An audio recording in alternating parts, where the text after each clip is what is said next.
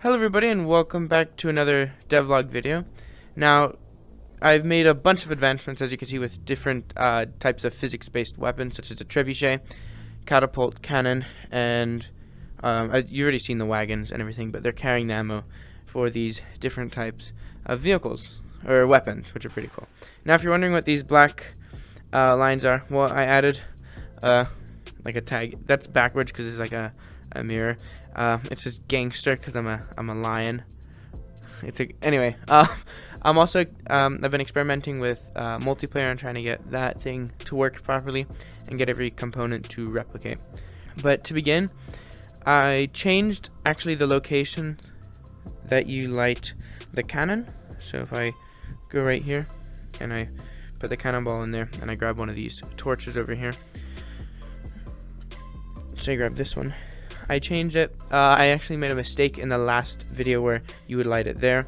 You actually have to light it up there. And then I changed the particle system a bit.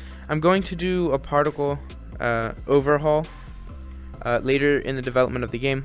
So right now I'm working on the technology, and then I'm going to focus completely on making amazing particle systems. So like, for example, instead of like a black puff of cloud that comes up, there's going to be white smoke, fire, that's going to brighten your screen a bit. And particles of where the wheels come in contact. Maybe I'll do that. Particles where the wheels come in contact with the ground. I don't know. I have to see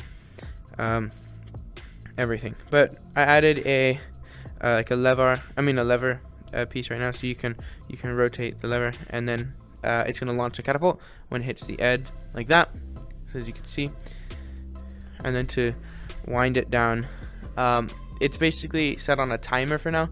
So this is going to take 10 seconds to wind down. I'm going to change that actually, and I'm going to make it to where you actually have to physically wind it down. So now you can see it's reset, and then I can grab another existing piece of ammo and put it right in there like that, and then I can launch it again. So that's pretty cool. A different cool piece of functionality they added has to do with fire and these cannonballs, and I'll show you that in just a second after I load this cannonball into the trebuchet. So now, as you can see, when I placed the piece of ammo into the trebuchet holder, due to the weight of it, it actually pulls down the arm, and everything's physics-based, so this is a physics joint that's connected right over there. Then the arm is connected to a physics joint over where that intersects there, and then the weight, I believe right now, is 5,000 kilograms or 4,000 kilograms, which is connected to a physics joint, as you can see right there. Now, I did this for testing purposes. I'm going to make a dedicated model for this because I just took a water, like a water mill, whatever, where the water would hit and then rotate it. But I just used it as a quick test. So if I rotate this all the way, you can see it launches the trebuchet. Now, what I do need to work on is the distances, as you can see. So the trebuchet launches obviously a lot further than the catapult. And the cool thing is, since everything is completely physics-based, you can see that the catapult is not completely accurate 100% of the time. So you're going to get varying distances. But after the first shot, you did see the catapult roll back a bit. So that's why those two are varying so much. So once again, everything is completely physics-based, so I can move and roll literally every single piece of equipment. I can push this. I can push it from in here, but as you can see, it's hitting there. You can wheel it forward.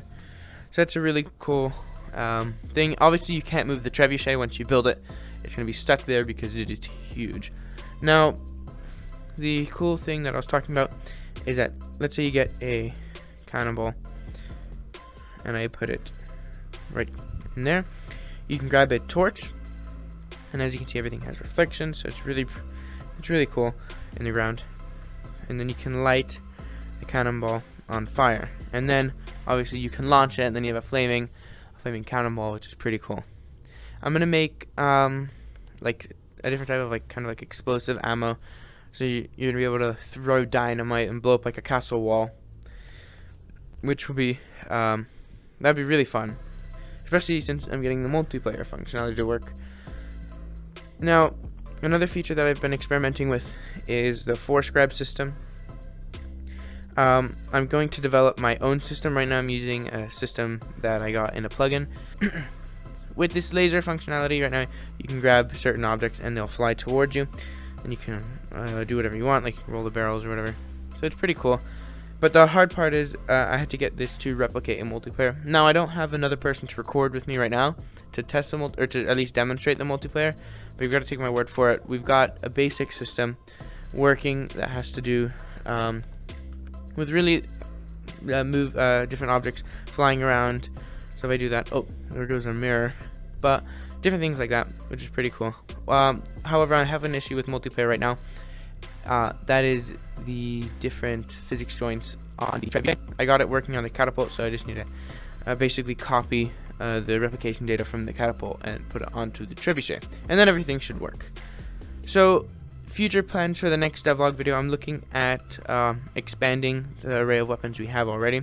I'm looking at adding different types of ammo to the catapult and to the trebuchet, and also even to the cannon. Like I'm thinking about adding an iron bullet, and like an iron bullet that's going to fly a lot further and do more damage. And then I'm also going to touch on destructible walls and different destructible assets, such as castle walls and different things like that, because I think that'll be a really cool bit to add, because then the catapults are actually useful. And then once we add that, then I'm going to do a multiplayer test, which is not going to be in the next devlog video. It's going to be down the line. It's going to be multiplayer test and video of like me demonstrating with a friend and everything the capabilities of the game as of now. And if that goes very well and everything goes to plan, I'll potentially add the combination of that with AI.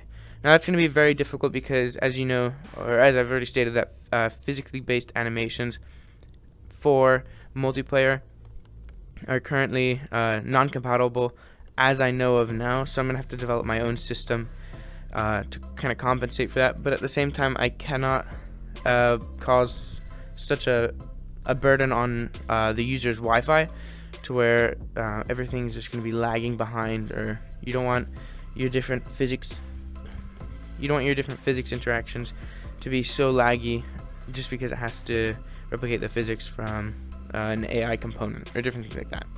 So if you have any suggestions, please leave them in the comments below.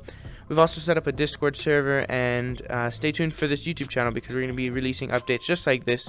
We're going to do another, if you already saw the trebuchet reel, we're going to do another reel of shooting different types of ammo in the near future. And if you have any comments, suggestions, or feedback, or anything you'd just like to say, please either comment them below or put them in the Discord server. But until the next one, guys, I'll see you later. Peace.